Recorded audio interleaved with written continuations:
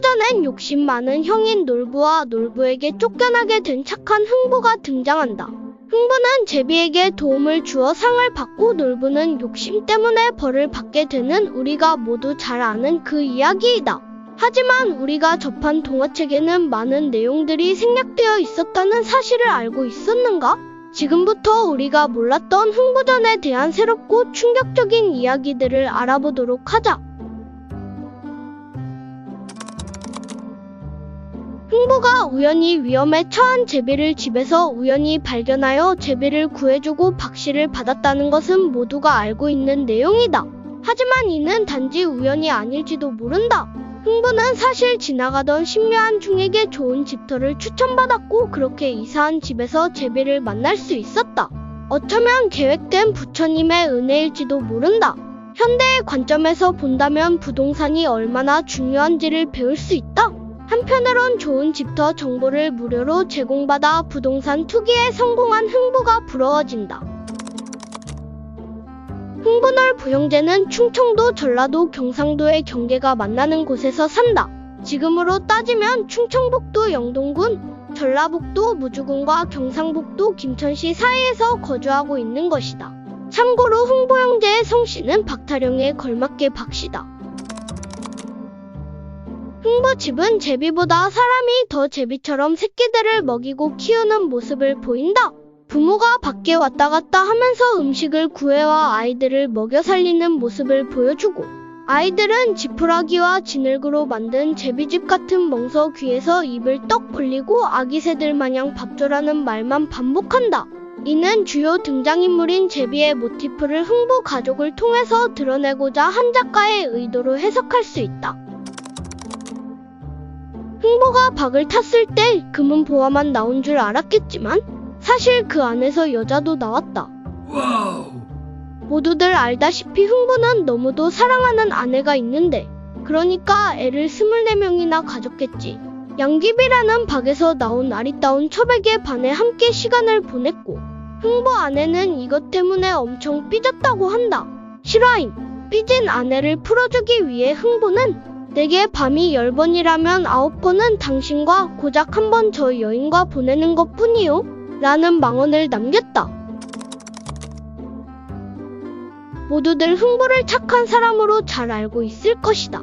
그도 그럴 것이 자기 먹을 밥도 없는데 이를 제비에게 나누어 주고 부러진 다리를 고쳐주는 동생명을 소중히 하는 모습을 보여주었기 때문이다. 하지만 현대적 시선으로 보았을 때도 과연 흥부가 진짜 착할까?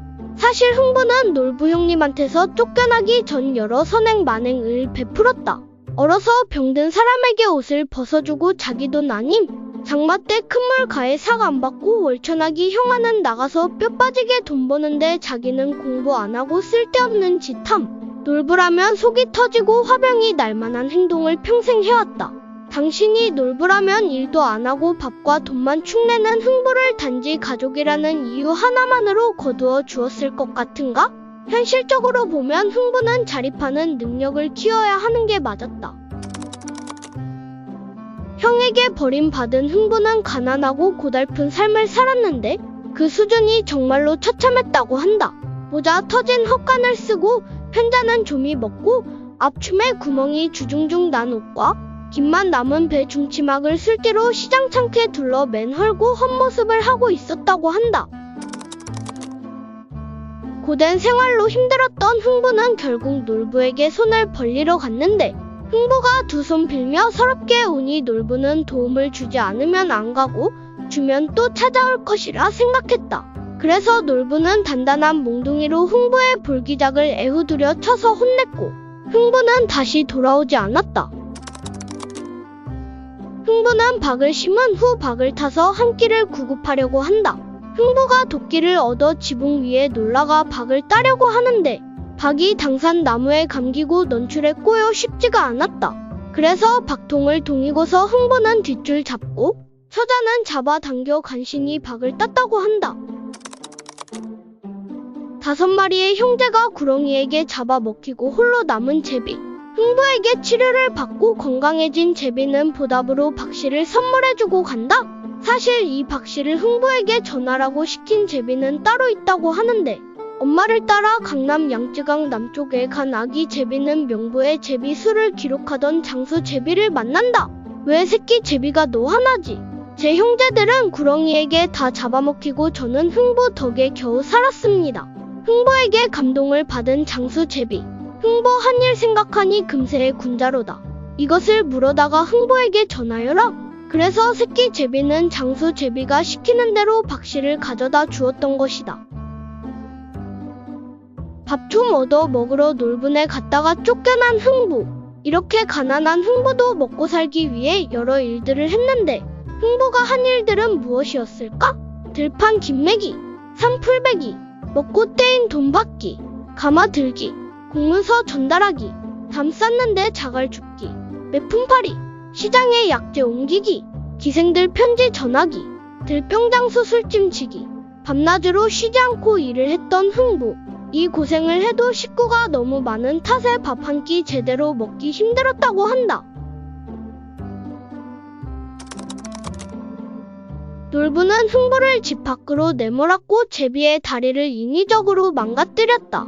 놀부가 못된 사람이었다는 것은 모두가 잘 알고 있는 사실이다. 하지만 놀부는 동화책에서는 검열될 정도로 우리의 상상을 웃도는 충격적인 악행들을 정말 많이 저질렀다. 한 예로 놀부가 행한 악행 중에는 여승을 겁탈, 즉 강간했다는 말도 있다. 놀부는 그냥 단순한 나쁜 인물이 아니라 성범죄자였다는 것이다. 또한 놀부의 악행 목록 중에는 어린아이의 불화를 말총으로 동여매었다는 이야기가 나오는데 이는 엄연한 성부모님과 동시에 아동학대다.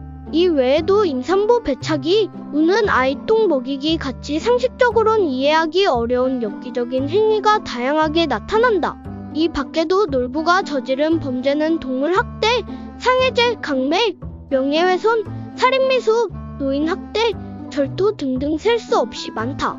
현대의 입장에서 생각해보면 놀부는 개과천선을 하기 전에 이미 경찰에게 잡혀가서 무기징역 이상을 받아야 했을 중범죄자다. 이런 놀부가 어째서 그 당시에는 잡혀가지 않고 있었는지가 미스터리일 지경이라고 할 수 있다. 흥부가 탐팍에서 온갖 좋은 일이 일어났던 것과 반대로 놀부가 탐팍에선 온갖 흉한 일들이 일어나 놀부에게 벌을 줬다는 이야기는 누구나 알고 있을 것이다. 그러나 놀부의 박에서 나와 놀부에게 벌을 준 인물 중에 누구나 알아볼 법한 유명한 인물이 있었던 것을 알고 있는가? 바로 놀부가 포기하고 타지 않은 박을 스스로 깨고 나와 놀부에게 벌을 준 이 장군이다. 생긴 것만 봐선 박 정도야 쉽게 깰 수 있겠구나 싶은데 그래서 저게 누군데 싶은 분들을 위해 눈에 모자이크를 지워보면 그렇다. 바로 삼국지의 주연 중 하나였던 장비이다. 난데없이 장비가 왜 흥보전에 나와 놀부를 혼내는가 의문이 들 수 있다. 그 이유로는 장비의 사각턱이 제비와 닮았기 때문에 장비가 제비를 좋아하는데 놀부가 제비의 다리를 꺾은 것에 장비가 분노했기 때문이다. 진짜다.